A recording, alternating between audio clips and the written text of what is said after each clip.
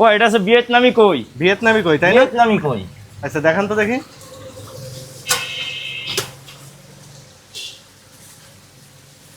এ কয়টাই KG ভাই?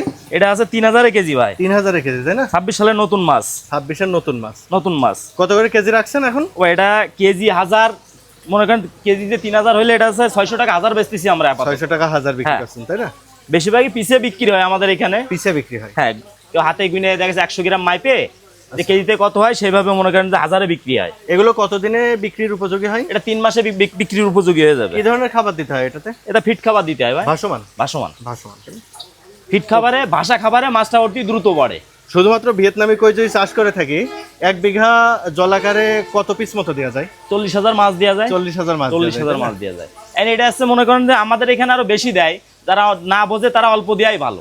অল্প দেওয়াই ভালো। অল্প দেয়াই ভালো। তো আপনার লোকেশন? যশোর চাচরা বাবলাতলা।